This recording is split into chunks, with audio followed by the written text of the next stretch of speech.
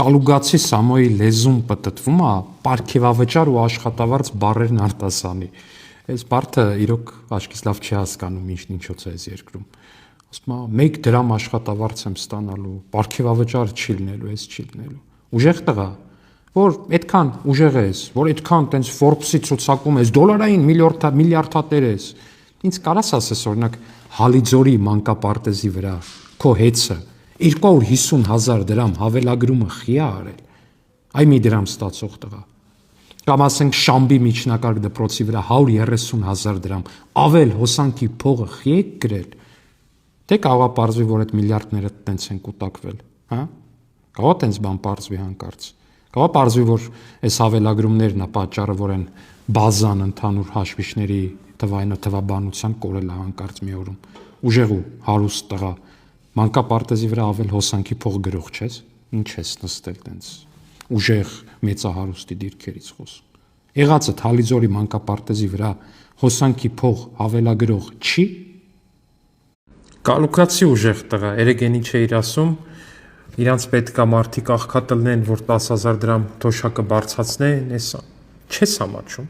Այս նոր ձայնագրությունը լսել ես թիմակիցներիդ ավանում, որ բռնվեցին էլի հերթական պարտիան հետ, ընտրա, չգիտեմ, կաշառատու ասեմ, ընտրա բարեգործատու ասեմ։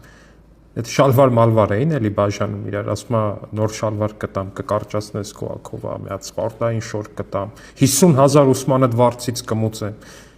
Կամ այդ բառապաշարը հորողպորս ворց թոր, այդ բոլորով տենց իրար հետ տենց եք խոսում, այդ բառապաշարով եք խոսում, կալուգացի ուժեղ տղա։ Ու այդ շալվարները, որ առնում եք հարց էլի, են Հալիձորի մանկապարտեզի վրա ավել գրած հոսանքի 250,000 դրամով եք առնում, թե սա ուրիշ փող է։ Այդ փողով է, թե ուրիշ փող է, մի հատ այդ հարցերին է պատասխանի էլի։ Ամոթ թողակի, չգիտեմ, ինձ թվում է արդեն դուք այնքան եք խայտարակվել, որ էլ ձեզ ասելու բան էլ չկա էս։ Ամոթ ունենաք այդ շալվարները դուք կհագնեք, էլ ուրիշներին չեք բաժանի, անկեղծ։ Մի հատ բան եմ ասում, եկեք իրար հետ միասին մտածենք, բայց շատ արագ էլի խնդրում եմ, շատ ժամանակ չտա։ Իմաստ ունի առանց փողի ընտրել Կալուգացի Սամոյին, այսինքն ձեզ փող չտան դրա դիմաց։ Իհարկե չունի, որտեվ այդ ընտրողների մի շատ մեծ մասին, որքան հասկանում եք, փող են տալի։ Ու տարբեր քանակի փողեր են տալի, այնտեղ, չգիտեմ, ինչ որ 100,000, 200,000,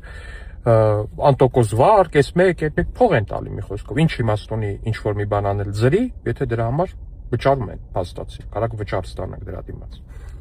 Երկրորդ տարբերակը, իմաստ ունի փողի դիմաց ընտրել Կալուգացի Սամոյին, էլի չունի, որտեվ այդ ինչքան փող պիտի տան, որ 5 տարի բանտում նստելուց ավելի լավ լինի ձեր համար։ Չունի հետևաբար։ Այսինքն գալիս են մի մտահանգման, որ առհասարակ Կալուգացի Սամոյին ընտրելը ոչ փողով, ոչ առանց փողի ձեռ չի տալիս։ Դա ցիկ տեսանյութը թող բոլորն իմանան, թե ինչ անձեռնտու ձեռնարկություն է դա։ Չէ, բայց տղեր, ինչքան ես լսում եմ այս ձեր ձայնագրությունը, այդքան ծիծաղս գալիս է անկեղծ ասած։ Ուրեմն նախ, ձեզ դրել եք միլիարդատերի բարեգործի ու եսիմ ինչի տեղ, հարց համար մեկ է ձայնագրությունից բխող։ Խի Հակոբիկի ջեբը փող չի ֆռում, կներեք այս բառապաշարի համար ձայնագրությունից է։ Խի չի ֆռում այդ բարդու ջեբը փող են, պատասխանեք այդ հարցին խնդրում եմ։ Երկրորդ, այն տղու աներոջը եք դմբուլիկ ասում։ Օրինակ ինչի եք այդ մարդուն ասում դմբուլիկ, հարց համար 3։ Խեք են աղջկան ընդամենը 50,000 դրամ ուսման վարձի փող տալիս ընդամենը, հա։ Մարդը հարցնում էլ ասում, այսքան քիչ։ Ուրիշ վաղ կկանգնեք կասեք, մեր առաջնորդի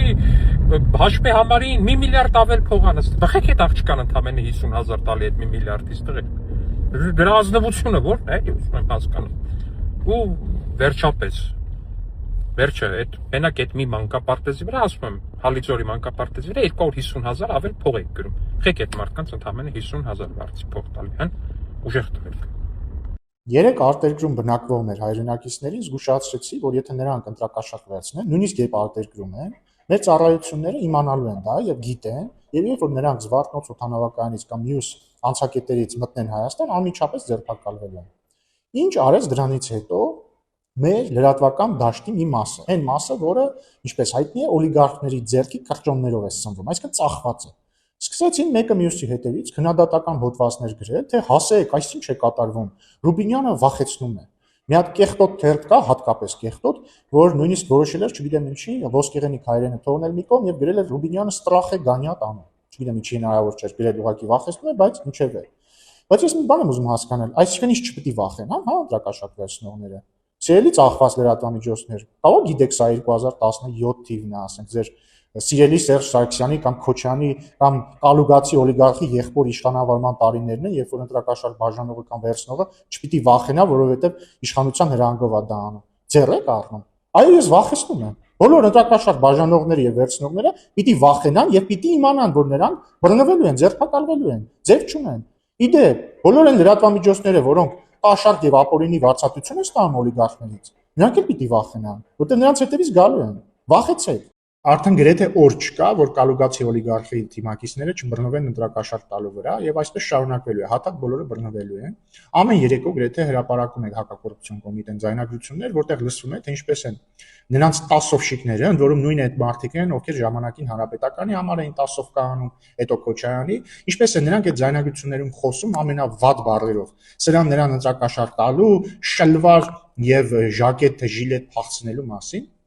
Բայց գիտեք ինչն է հետաքրքիր, որ հանրապետական հին ավանդույթների հետ մի նմանություն էլ կա։ Ինչքան նրանք բռնվում են sense հանցագործությունների ու պիղծ արարքների վրա, ինքան ակտիվացնում են իրենց տարբեր ախմախ խոսույթները։ Էլ Ռուսաստանի հետ առևտրային պատերազմ կլինի, էլ Հայաստանում, չգիտեմ, 300,000 ադրբեջանցի կգա, Հայաստանի բանակում 10,000 ադրբեջանցի կծառայի։ Ինչ ախմախություն ասես խոսում են, միայն թե չպատասխանեն բուն հարցին։ Եղբայր ընտրակաշառք ինչի՞ եք բաժանում։ Հանցագործներ պիղծ տասովշիկներ, ընտրակաշառք ինչի՞ եք բաժանում։ Լսում ենք Սամվել Կարապետյանի ընտրակաշառքի վրա բռնված թիմակիցների խոսակցությունները ու ոնց որ դժոխքի անոնսը լինի։ Դուք պատկերացնում եք սրանք հանկարծ Հայաստանում կրկին իշխանություն զավթեն։ Ինչպիսի զազրելի, քստմնելի եւ արհամարական վերաբերմունք սեփական քաղաքացիների հանդեպ։ Մեկին ասում են շալվար կտանք, բայց կարճակը երկարացնես կհագնես։ Էմիսին ասում են երեխու ուսման վարձը կտանք, բայց 50,000-ով բավարարվի։ Երրորդին ասում են կգաս հետներս միտինգ, ձեռդ փող կֆռա։ Այսենց ուզում են մարդկանց դարձնել իրենց գրպանին նայող, իրենց թուլափայից կարճած հնազանդ հպատակների հանրություն, պետությունն էլ դարձնեն մեկ այլ պետության գրպանային պետություն։ Հասկանում եք, եթե սրանք հանկարծ Հայաստանում իշխանություն զավթեն, ոչ միայն արտաքին պատերազմ է անձազերծվելու, այլև ներքին։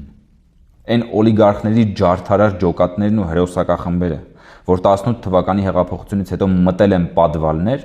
այդ պատվալներից նոր ախորժակով դուրս են գալու այդ ջարդարար ջոկատներն ու հարձակվեն ժողովրդի վրա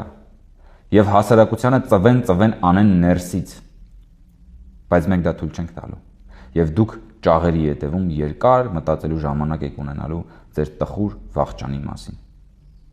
Կալուգեցի օլիգարխը խոստանում է ղարաբաղցիների անվտանգ վերադարձ Ղարաբաղ։ Խոստանում է Ղարաբաղ վերադարձնել։ Հիմա հարց.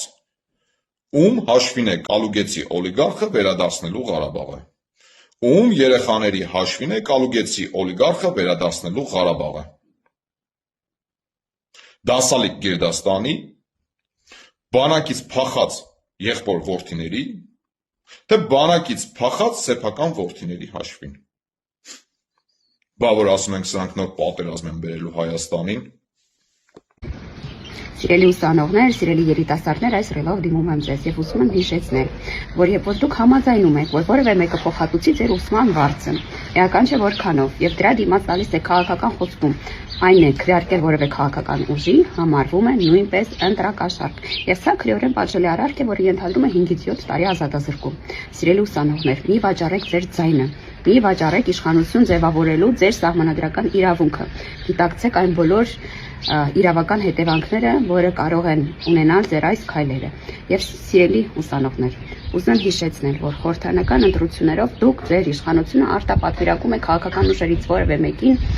Հայաստանի գալիք 5 տարին կառավարելու, բյուջեն կառավարելու, ծրագրեր կատարելու, դպրոցներ կառուցելու, կոռուպցիայի դեմ պայքարելու եւ ի վերջո խաղաղություն կառուցելու համար։ Պատասխանատվությամբ մոտեցեք այս կարևոր իրադարձությանը, մասնակցեք ընտրություններին եւ տեր կանգնեք խաղաղությանը։